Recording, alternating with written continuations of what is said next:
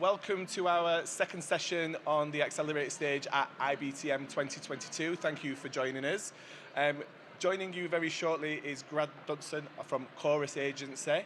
You can ask Grant questions, old school way, put your hand up, or we are using Slido. So if you go to slido or slido.com, you can enter the events hashtag, which is hashtag IBTM22, and then questions will come through to Grant on an iPad he has here. Grant, over to yourself. Thank you very much. Right. So if you do fire any questions over, what I'm going to do is, if that's okay, answer those towards the very end of the presentation. And so, without further ado, I am the creative director at Chorus. We're an experiential creative agency. I have to be here, do I? Or can I walk around as well? Can you hear me now? Okay, perfect. So I'm going to take a deep dive into the past, the present, the future of event technology, conveyed through the lens of my personal journey across 12 years within the events industry. I'm going to also share with you some best-in-class examples of inspirational work that has inspired me over the years. I'll also show a few projects of my own as well, for good measure. So without further ado, let us begin. So, I entered this industry in a company called Drive Productions. They were famous for big projection mapping shows. Their first projection mapping show that I was privy to was something called the Ralph Lauren 4D Experience. At the time, this was unprecedented. It took projection mapping to a completely new level. They had green screens where they were shooting polo horses and models, and they brought all of that content into the projection mapping on the flagship store in New York and also in London. And this was epic at the time. Now, for Drive Productions, this was groundbreaking because it then opened up a whole new world of opportunity and access to brands that wanted to create huge projection mapping shows. So one of the first projection mapping shows that I was privy to, and I was only a creative at the time at Drive Productions, was the Nokia Lumia Live featuring Deadmau5. So we projection mapped Millbank Tower. I don't know if anyone's familiar with Millbank Tower, but it's a big, big building. And we canvassed the whole of that tower with screens. We turned it into one giant backdrop. We had Deadmau5 play an 8-minute set at the front. We had 35,000 people rock up. We had lots and lots of speakers down the side of the Thames. It was a huge spectacle and a massive success. Of course, Nokia aren't around anymore, but maybe they should have done more of these. So that led us into a series of other big projection mapping shows. Top right was the G20 opening ceremony. Top left was the launch of EE in the UK. That also had a bolt-on event attached to it. Bottom left was Hewlett-Packard in New York. And bottom right was the launch of a marketing suite for a building called Canaletto in East London. So it gives you a sense of where that took us as an agency. But the thing with that is that we were like, well, are we just a one-trick pony? Do we just do big projection mapping shows? Or can we apply projection mapping in other ways? So we decided to look at how we could scale down. So then we looked at projection mapping for, say, stage design, top left, where we built this whole X Factor stage for Emily, Sandy, and Labyrinth. And we had all of these voile sheets that we projected through to create this sense of depth. Then top right was David Guetta on the Graham Norton show. Bottom left was an immersive experience I created for the London Boat Show. Normally when you go to the London Boat Show, you have all these beautiful boats, but no one really understands, or few people understand, what it's like to actually stand on those boats and be exhilarated when you're in several different, beautiful, dramatic locations. So that was creating an emotional experience to contextualize what it meant to sail. And then bottom right was the Israel Awards. It's in Saudi Arabia, and we projection mapped the whole stage to create a real sense of depth and dimension. So then we were like, right, okay, why is projection mapping so cool? What is it about projection mapping that everybody gets excited about? Well, at the very forefront of projection mapping is that it's an illusion. You suspend one's disbelief. It's a very powerful moment. So then we looked at other illusions, and anamorphic art popped up. And for me, this is a really good example of anamorphic art by Felice Varini. This was his installation in Paris. And the great thing about this is that actually it is driven by technology, because if you want to achieve this, you have to use projection mapping anyway. And then you project exactly where you want the image, and then from an analog perspective, you draw that in. So you look in front at this from a particular vantage point, and you see that image come together. If you step left and right of that, then it becomes abstract. It's something really exciting, and for me, that should be something more ubiquitous, to brought to big events like this. And then we said to ourselves, well, projection mapping is fantastic. We're very good at it, but we don't just want to be a one-trick pony. So let's explore other technologies. PaveGen was one of those technologies, an interactive tile. It generates kinetic electricity, and that inspired something for Hewlett-Packard. So a brief came in, and they said, hey, what can we do to launch this new laptop that we have called the HP Pavilion 360? And we said, hey, interactive dance floor, how about that? So how can we connect the band to the audience through technology and create something quite groundbreaking? And Bastille were playing, and we created a bespoke interactive dance floor that was pressure sensitive. The more you jumped up and down, the more in real time the light show became energetic around you. So everything that you were in, it was a palpable visual expression of you bouncing up and down and getting excited about the performance that was happening. So there's something really exciting and interesting about that. And then we started to reach out, and we started to go, hey, let's look at other technologies, and let's look at other things that are available to us. We wanted to be open to look at tools that we could work with, that we could integrate into experiences to bring them to life. Our role is to apply creativity in innovative ways to things like this, to give them a different perception or a different perspective. When I first received this, I looked at it and I was like, there's a glass box, I'm not sure what I can do with it, but leave it with us, and if anything comes up, we'll see what we can do, we'll get back to you.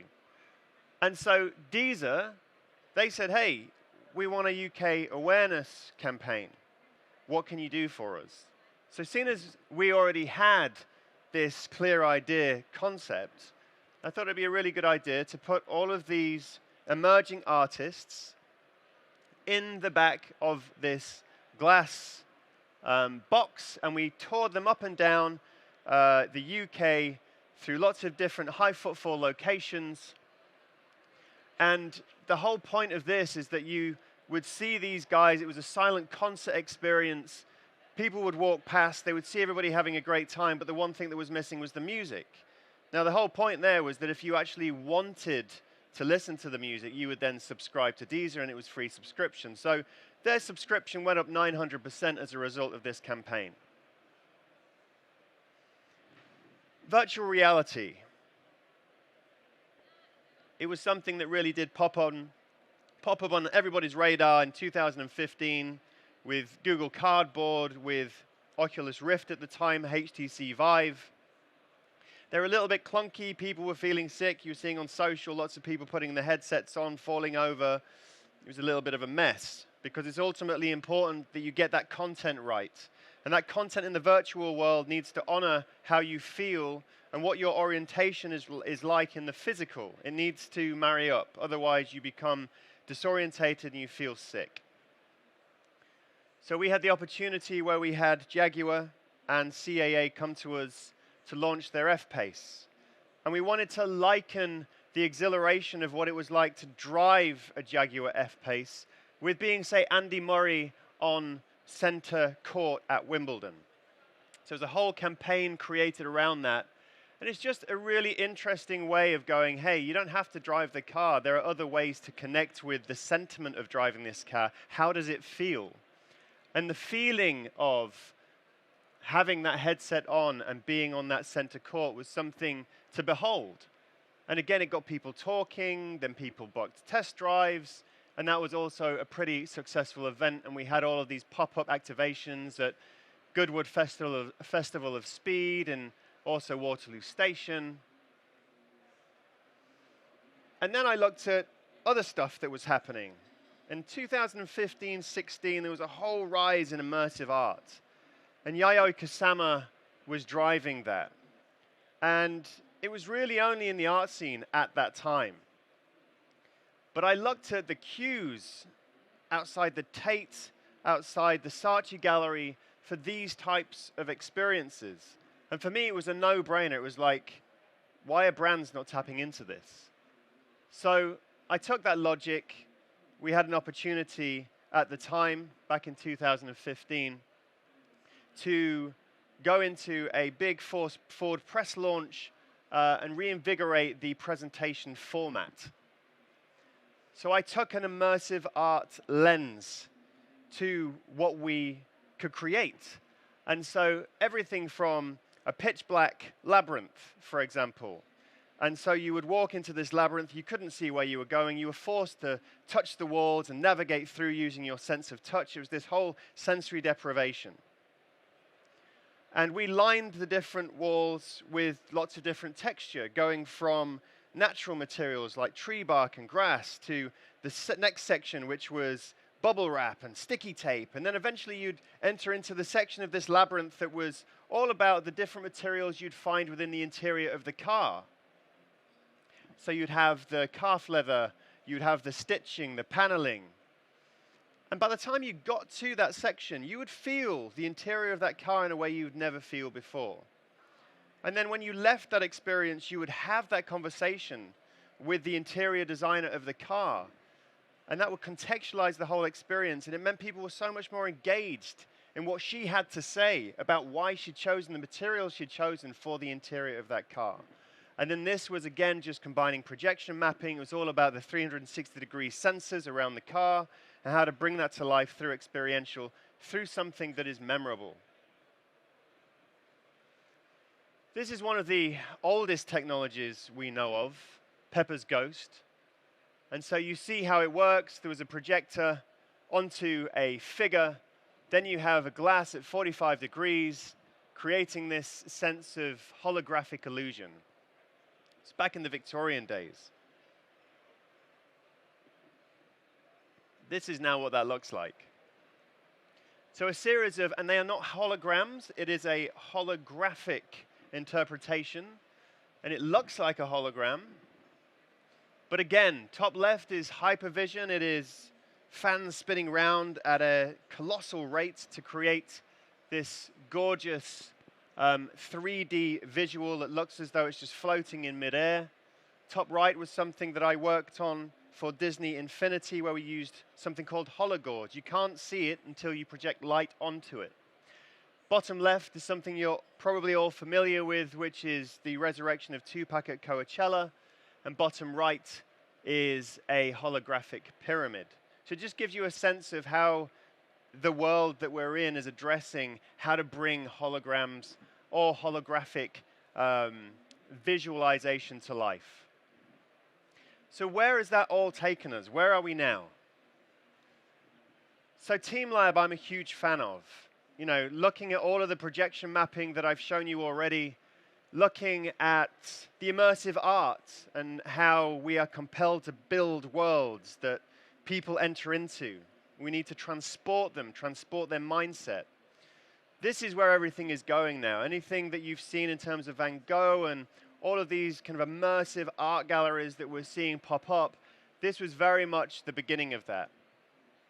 So TeamLab do all manner of different immersive art installations. Borderless is another one. Again, 360 degrees of mirrors, but it just shows how beguiling this is. The power of immersive art. We'll travel all the way around the world, spend good money just to change our environment. As designers, we have the capacity to be able to bring those worlds and that environment to the people. This is why an immersive experience like this is so powerful. This was really amazing as well. This again was Team Lab. You had this surrounding wall of flowers all the way down to the floor. But they used motion detection. So as soon as you stepped up to that wall, it detected where you were, it would lift up, and you would then walk underneath and enter inside. After you stepped inside, it would then close again, and you were fully immersed. Just a really lovely way, again, to integrate technology, just to take it to another level of wow. Panique Productions. Panique Productions are really interesting. I love the sense of heritage meets modernity. Here they have these huge billowing balloons that they blow up inside gorgeous architecture. And as a result, you create worlds and scapes like this, which I find pretty beguiling. And then once upon a time, and occasionally you'll still get this, but I remember when we used to walk in to all of these galleries and everything was, please don't touch, don't do this, don't do that. Art now is taking a more tactile approach. It is now about please do touch. And Newman for Use are an amazing art collective. They are engineers and architects at heart. They brought that expertise to creating these immersive installations that is all about you diving in, physically, explore, climb. Again, this I love because Leandro Ehrlich does a lot of these really mesmeric installations. But again, this is, if you look at the bottom right image, you'll see that that mirror is angled at 45 degrees. He'll have a gorgeous facade on the floor. And he invites people to come and express themselves. Come and have fun. It's a sense of co-authorship. It's the artist saying, hey, we're creating a platform for you. Come and play. The late Carlos Cruz Diaz. I don't know if anybody's ever experienced this in real life. I luckily did. It is stunning. And it does something to you to be immersed in that much color. That sense of immersion is truly powerful on a psyche level. And so he was looking at color blocking using light, but the way that one color morphs into another, he does this so well. And again, just creating moments where when you step around that corner, you look at something that you've never seen before and you can't help but want to step in. That's what we should all be trying to create with our experiences. So EEG headsets. We created an experience for Tanqueray. EEG headsets read your brain waves. So what we did is we set up a whole experiment where we would have a series of different images that people would look at. And that would elicit a brainwave response.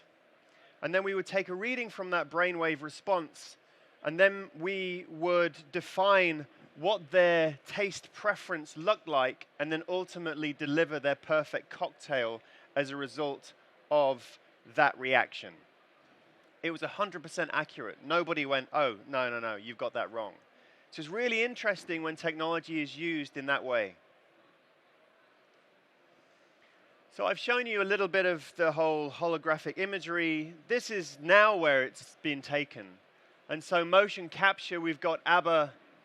It was TMW Unlimited. They've transformed ABBA back to their younger selves. They've shaved 40 years off them.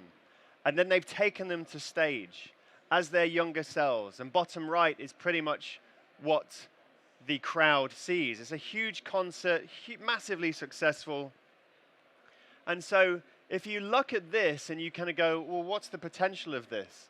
The thing is, because they're not physically present, it means that you could replicate this around the world 10 times in real time, if that's what you wanted to do. Augmented reality, when you motion capture, you could even have ABBA performing to you one-on-one in your living room, when we eventually get augmented reality glasses to a place where that would allow. This is another really cool piece of technology. You can print a message, a personal message on a cocktail, deliver that to your best friend. You can print a selfie for anybody that likes to drink their own face. This is a really fun and expressive way to personalize a cocktail.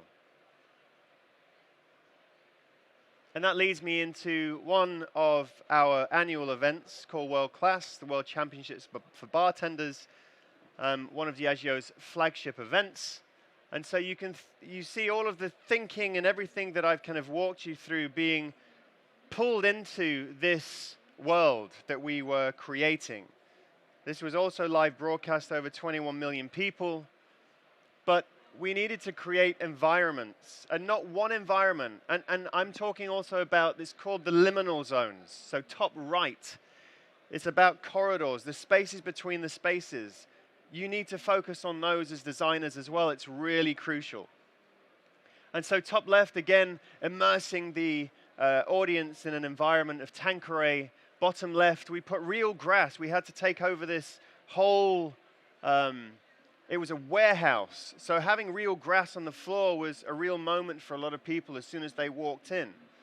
And so how can you create that element of wow? How can you really bring a sense of elevated design to every brand experience we create?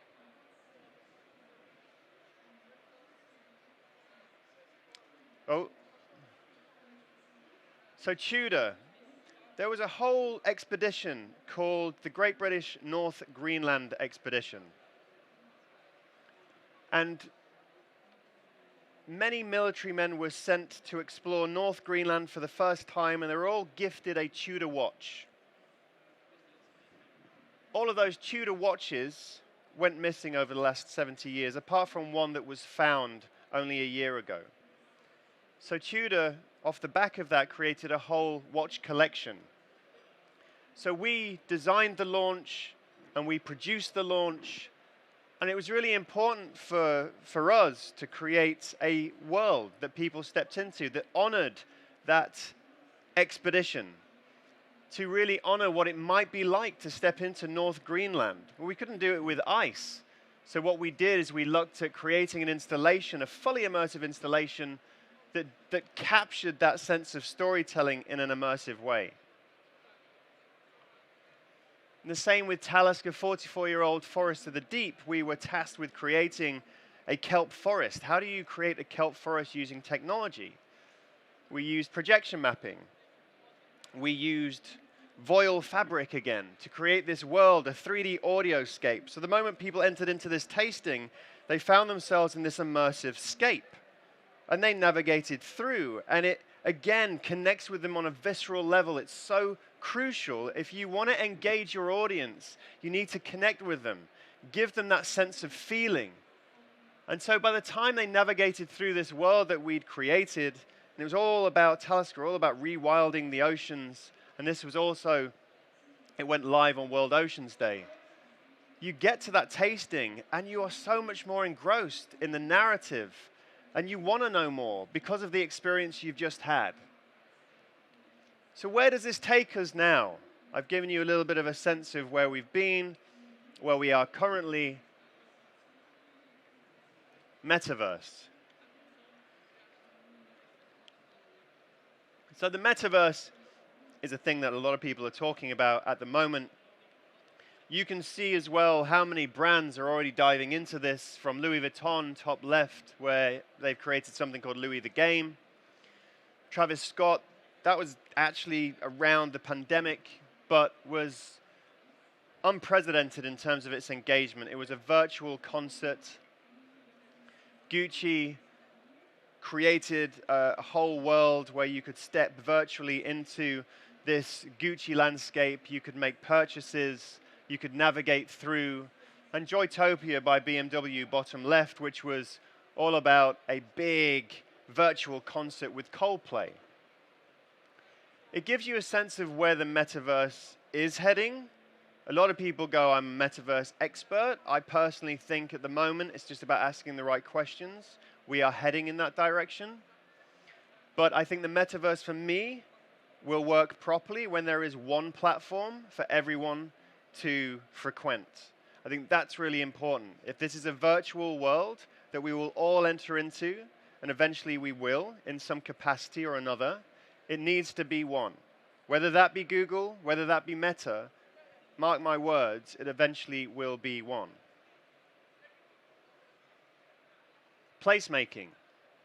This is a beautiful installation, in my view, by Jenna Eckelman.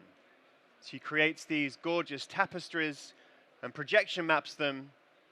And the great thing about this as well is it really does elevate the morale of a city or a town or wherever it goes. Placemaking is a big movement at the moment. And it's not just about art, it's also about brands getting behind that, giving back to communities, elevating environments, and really doing something for the betterment of humanity. So Louis Vuitton, this was their kind of visual interpretation of placemaking, but again, it was for the relaunch of their flagship store on Bond Street. But again, it's just creating an installation. You know, brands should be, from my perspective, brands like Louis Vuitton, they are influencers in their own right. You don't need to always look at the big influencers and say, hey, we need to get the big influencer on board. As a brand like this, you're already an influencer.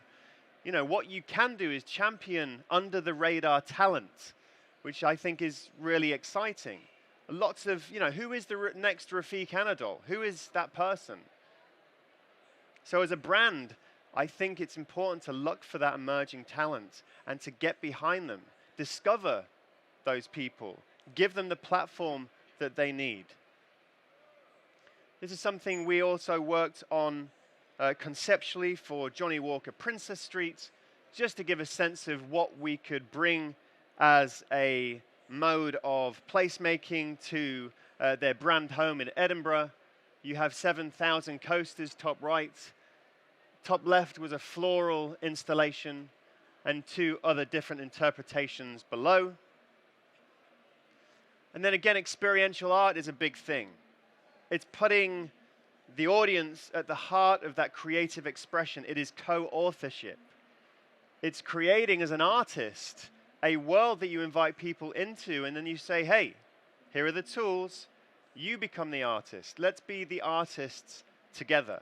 Let's collaborate, and let's express ourselves. So the obliteration room starts off with the top left and ends up bottom right. You walk in there, you have stickers, you put them wherever you choose, you have the autonomy to express yourself. We lose that as we step into adulthood.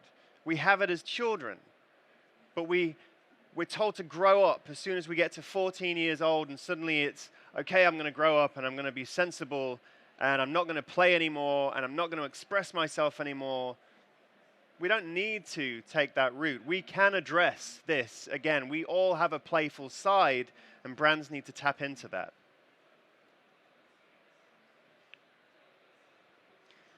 This is a personal immersive art installation called One Hit Wonder.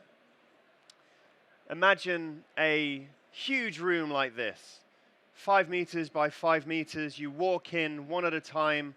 In your hand, you have a balloon filled with acrylic paint in a color of your choice, and you attach a positive affirmation to that, and then you launch it at the wall, it explodes, that's your mark, and then you leave.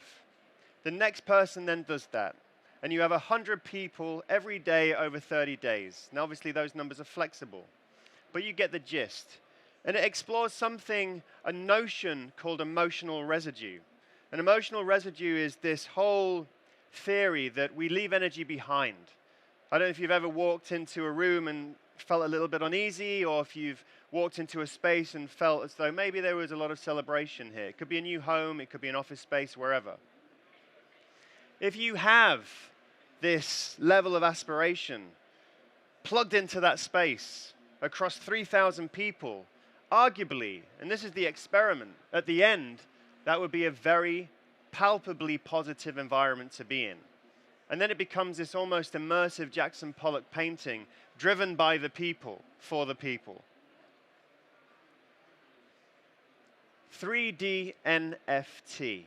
We're all talking about NFTs, but the thing for me and the real win on NFTs, because I know people are saying, listen, if it's an NFT, can you just screen grab it? Can you pretend that it's yours? Is anyone ever going to ask you for that blockchain code? potentially not. But ephemeral art, art that comes and goes, it's around for, say, 3 weeks, a month, and then disappears. For these artists, this is really interesting because we could go in and we can scan that world.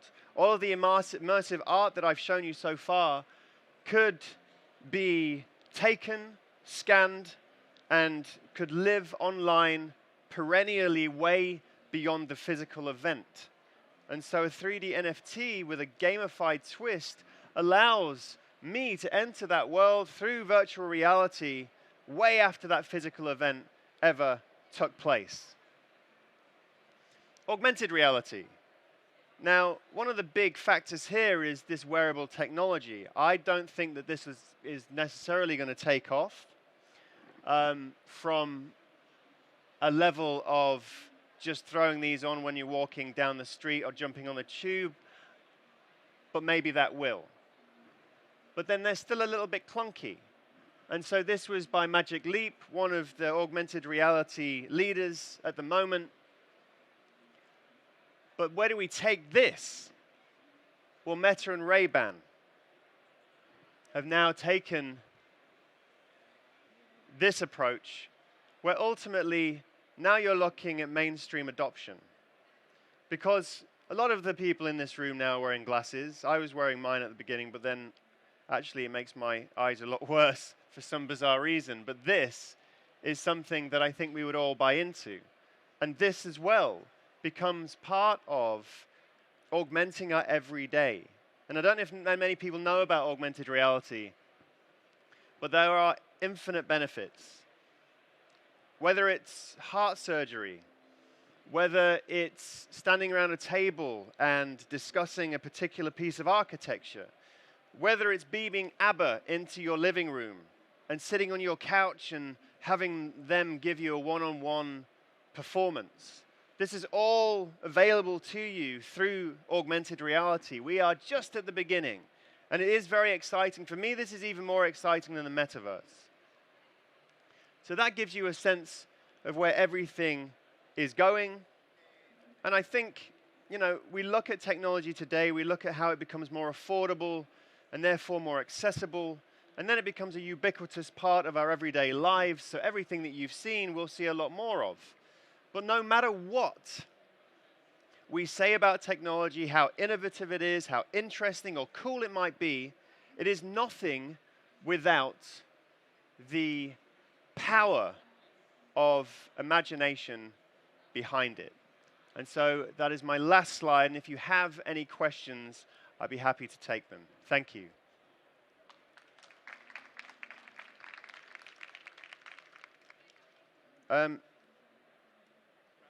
Do I have questions? I have 6 questions. Oh, right, sorry. 1, 2, 3, 1, 2, 3, 4, 5, 6.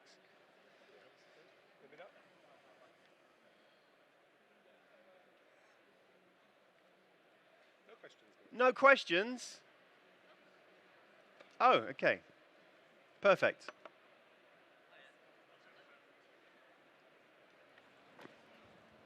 Thanks very much. That was really enlightening.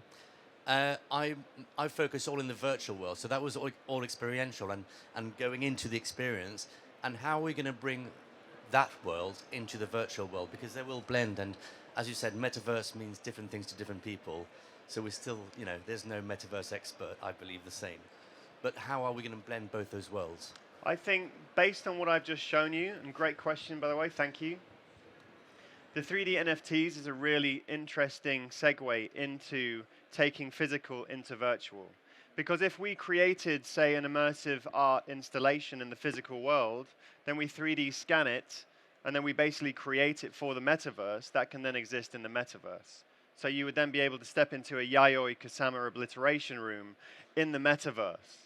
So there's a lot of opportunity from my perspective in terms of the way we scan, you know, whether it be buildings, whether it be spaces, you know, it also depends on how much we want to replicate the real world in the virtual.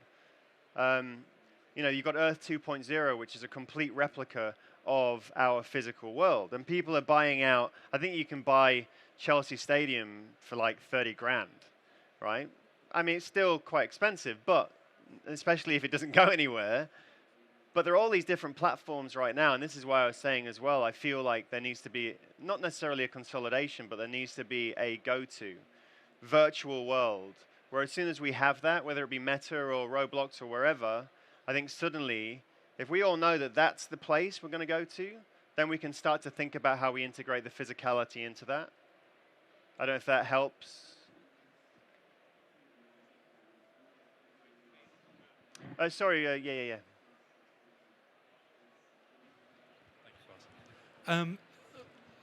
There's always a danger we'll just debate the metaverse forever because it's just one of those kind of black hole topics. But Yeah. I'd be really interested in your perspective as someone that shepherds brands ultimately into these new spaces. Certainly when you look at a new frontier like Meta, and you look at what large corporations have attempted and how those have largely fell by the wayside in comparison to things like VR chat, which are community driven and not necessarily associated with brands. How do you begin to envision bringing a brand into a world which often rebels against the idea of a brand being in it? The early internet was sporadic different communities all kind of doing their weird and wonderful stuff. And now the metaverse is going to risk being split between the hyper corporate controlled world, which, you know, if you look at the losses that Meta have made, isn't necessarily taking off, and then the more smaller community driven places. How do you begin to try and inject a sense of a brand in a place that maybe doesn't want a brand? It is a good question. I believe, irrespective of the consensus, where I know that everyone now is saying, actually, we do want this virtual space that is decentralized, right? That we don't have brands controlling it, that it is powered by the people. I think that will definitely come, but I think that's why brands need to be more human in their approach, right? This is why I was saying about placemaking. Like, how can brands deliver really purposeful experiences that are for the betterment of humanity? I think once brands take that stance, if the metaverse is driven by the people, because brands have money, they'll be able to elevate certain aspects of that virtual world. Maybe then they'll be accepting of certain brands. Maybe that's a time where brands actually have to start being less disingenuous and more focused on, you know, being purposeful with their approach and actually really looking at how they can make this world a better place. And I think based on that qualification, they might then be invited by the people to have a presence within that virtual realm. I mean, I'm just thinking that potentially might be the route, but... Cool. Did that answer your question then? Yeah? It is. Correct. Yeah. Cool. Thank you. Anybody else?